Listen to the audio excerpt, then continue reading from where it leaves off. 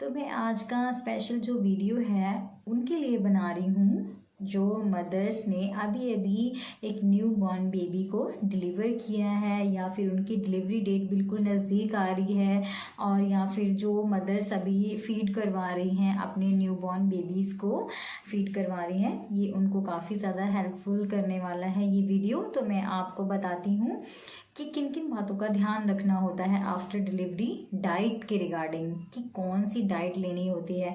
सबसे पहले तो मैं आपको छोटा सा एक एक्सप्लेनेशन मतलब अच्छे से देती हूँ कि जो मदर होती है जब एक बेबी डिलीवर करती है तो उसकी बॉडी में बहुत सारे चेंजेस आते हैं। उसकी बॉडी में इतने चेंजेस आते हैं कि मतलब देखो डिलीवरी के टाइम इतना ब्लड लॉस हुआ होता है और पूरी बॉडी का जो सिस्टम है दोबारा से कहते हैं कि दोबारा से वो अपडेट होता है। उसको हम अपनी लैंग्वेज में ऐसे बोल सकते हैं कि सारे जो बॉडी पार्ट्स होते हैं दोबारा से फंक्शन करते हैं अच्छे से, मतलब अपनी बॉडी दोबारा उसी शेप में वापस आती है।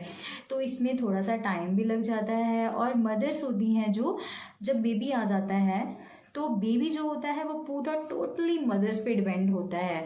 मदर से ही उसको खाना मिलना है, वो कंटिन्यूसली बेबी को फीड कराती रहती हैं और अपना ध्यान बिल्कुल ही नहीं देती। और जो भी डॉक्टर प्रिस्क्राइब करते हैं, जो भी सप्लीमेंट्स लाइक आयरन, कैल्शियम, कोई भी पेन किलर हो गया कुछ भी, तो वो लेती हैं। बट इसमें क्या होता है कि जो भी आप कुछ भी मेडिसिन ले रहे हो, कोई काफ़ी ज़्यादा स्ट्रॉन्ग मेडिसिन ले रही हो और वो बेबी को इफेक्ट करता है थ्रू आपके ब्रेस्ट मिल्क।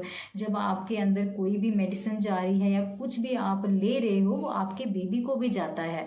तो फिर मैं आपको बताती हूँ, अच्छे से एक्सप्लेन करूँगी एक छोटी सी वीडियो में कि आप क्या चीज़ खा सकते हो और क्या चीज़ नहीं खा सकते जो आपके बेबी के लिए अच्छा हो और जो आपके बेबी के लिए बुरा हो। वो दोनों चीज़ हम अच्छे से जानेंगे। जैसे कि मैंने आपको बताया कि जब आपकी डिलीवरी हो जाती है और आप ब्रेस्ट फीड करवा रहे हो अपने बच्चे को और खुद अच्छे से डाइट नहीं ले रहे हो तो बहुत सारी जो बीमारियां हैं आप उनका वेलकम कर रहे हो।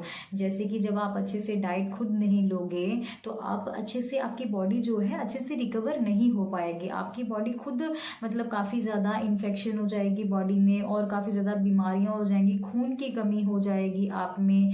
और वेट मतलब कई बार होता है कि मदर्स ट्राई करती हैं वेट कम करने के लिए कि ड्यूरिंग प्रेगनेंसी वेट गेन होता ही होता है, तो उन सब चीज़ों में बहुत ज़्यादा प्रॉब्लम आने लग जाती है। और जो आपकी नन्ही सी जान है, जो बेबी है, वो टोटली आप पे ही डिपेंड होता है, बिल्कुल आप पे डिपेंड कि आपसे उसने फीड लेना है और आपकी फीड ने ही उसको ग्रो अप देना है। तो आपने बहुत अच्छे से ध्यान देना है अपनी डाइट पे कि आपको क्या खाना चाहिए जो आपकी बेबी के लिए बिल्कुल हेल्दी हो और उसके ग्रो अप के लिए हेल्दी हो। तो आइए हम देखते हैं फर्स्ट पॉइंट। तो मदर को क्या करना चाहिए, पूरे दिन में टोटली उसको पूरा ये ध्यान रखना चाहिए कि हर दो घंटे में वो कुछ ना कुछ खाती रहे, कुछ ना कुछ लेती रहे। और सेकंड पॉइंट ये है कि उसको वाटर इनटेक नहीं छोड़ना है। कम से कम 8 से 10 ग्लास, जैसे मैंने अपनी पहले भी वीडियोस में बताया हुआ है कि पानी बॉडी के लिए बहुत ज़रूरी है। चाहे वो प्रेगनेंसी में हो या प्रेगनेंसी के बाद हो या फिर जो मदर फीड करवा रही हो, तो हर दिन डेली 8 से 10 ग्लास पानी पीना ज़रूरी है, क्योंकि जो पानी है वो बॉडी को हाइड्रेट रखता है। और मैंने बताया जैसे कि आपको जो शरीर में 80% जो मिल्क बनता है मदर में, तो वो पानी से ही बनता है। तो इसलिए बहुत ध्यान देने योग्य बातें हैं। जो पानी हमेशा पीना चाहिए वो भी 8 से 10 ग्लास पानी पीना चाहिए। कोई ऐसी चीज़ नहीं खानी चाहिए जिससे बेबी को एसिडिटी हो या मदर को एसिडिटी हो। कोई भी ऐसी स्ट्रॉन्ग फूड नहीं खाना चाहिए, ऑयली नहीं खाना चाहिए, स्पाइसी नहीं खाना चाहिए। और स्पेशल ये है थर्ड पॉइंट कि जो जीरा होता है वो मिल्क प्रोड्यूसिंग के लिए बहुत अच्छा माना जाता है। तो जीरे वाला वाटर हो गया, पानी जीरे वाला हो गया, और जीरे वाली तड़के वाली दाल हो गई। जैसे कि ये फोर्थ पॉइंट में आप ले सकते हो कि 3 से 4 कटोरी दिन में दाल होनी चाहिए। आपके जो लंच ब्रेक ब्रेकफास्ट और डिनर में डालने से क्या होता है, आपका ब्रेस्ट मिल्क बहुत अच्छे से प्रोड्यूस होगा। और 5th पॉइंट ये है कि जब आप दाल तो खा रहे हो, सब्जी का भी बहुत ध्यान रखना होता है। ग्रीन वेजिटेबल्स लो आप अच्छे से, और सूप पियो, जूस पियो पूरे दिन में 2 से 3 कटोरे एटलीस्ट आप फ्रूट्स ले सकते हो। तो आपको विटामिन सी बहुत ज़रूरी है क्योंकि ये जिंक को अब्जॉर्ब करता है, ठीक है, बॉडी में। तो विटामिन सी लेना बहुत ज़रूरी। विटामिन सी जैसे गुआवा हो गया, आपका ऑरेंज हो गया और कीवी हो गया, ऐसे फ्रूट बहुत ज़रूरी हैं जो बॉडी को इम्यूनिटी देते हैं। तो ये ज़रूरी लेने चाहिए, जो जिसमें मतलब जो बेबी के लिए भी बहुत ज़्यादा बेनिफिशियल होते हैं। तो इन चीज़ों को स्किप नहीं करना चाहिए, अपना ध्यान अच्छे से रखना चाहिए। जैसे कि मैंने आपको बहुत सारे पॉइंट्स बता दिए हैं, कुछ बहुत ज़्यादा इम्पॉर्टेंट पॉइंट 2-4 जो आपके लिए बहुत ज़्यादा इम्पॉर्टेंट हैं।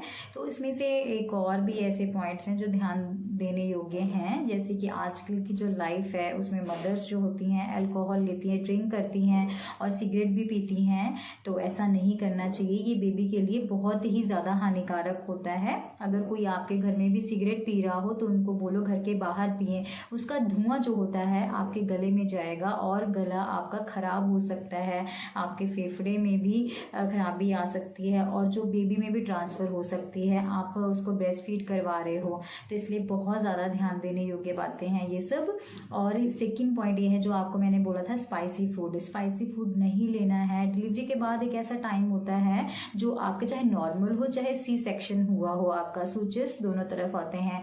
नॉर्मल डिलीवरी में नीचे सूचर्स आते हैं और अब्डोमेन पे LSCS में अब्डोमेन पे सूचर्स आते हैं। तो इनमें क्या होता है, अगर आपका पेट गड़बड़ है, आप बार बार यूरिन पास करने जा रहे हो, वॉशरूम जा रहे हो, तो आपको कितनी परेशानी आ सकती है। आप सोचो अगर आपको कॉन्स्टिपेशन हो गया, कुछ ऐसी चीज़ खा ली तो सूचर्स पे भी जोर पड़ेगा, टांके टूटने का डर रहता है और इसमें ब्लीडिंग होने का खतरा रहता है। तो बहुत सारी प्रॉब्लम्स आ सकती हैं। तो आपने बहुत अच्छे से अपनी डाइट का ध्यान रखना है। कुछ ऐसी चीज़ें नहीं खानी है जो आपकी बॉडी में गैस बने, नॉर्मल चीज़ें खानी है, हेल्दी डाइट लेनी है आपने अच्छे से, जो बेबी को भी हेल्थ अच्छी प्रोवाइड करें। जो मैंने आपको बताया है उन सब चीज़ों का भी ध्यान रखना है। और आप अगर अफोर्ड कर सकते हो तो उस डाइट को भी आप शामिल कर सकते हो आपकी डाइट में। आप इस डाइट चार्ट को भी फॉलो कर सकते हैं, इसके अकॉर्डिंग खा पी सकते हैं। फिर भी अगर कुछ भी नहीं समझ में आता है तो आप मुझे कमेंट सेक्शन में कमेंट करके पूछ सकते हैं। जब भी मुझे टाइम लगेगा मैं ज़रूर रिप्लाई करूँगी। आप ज़रूर कमेंट करें कुछ भी ना समझ में आए तो आप इस डाइट के अकॉर्डिंग चलें, अच्छी डाइट लें, अपना ध्यान रखें, अपने बच्चे का ध्यान रखें। और अगर चैनल पर पहली बार आए हैं तो चैनल को ज़रूर सब्सक्राइब करें। Thank you.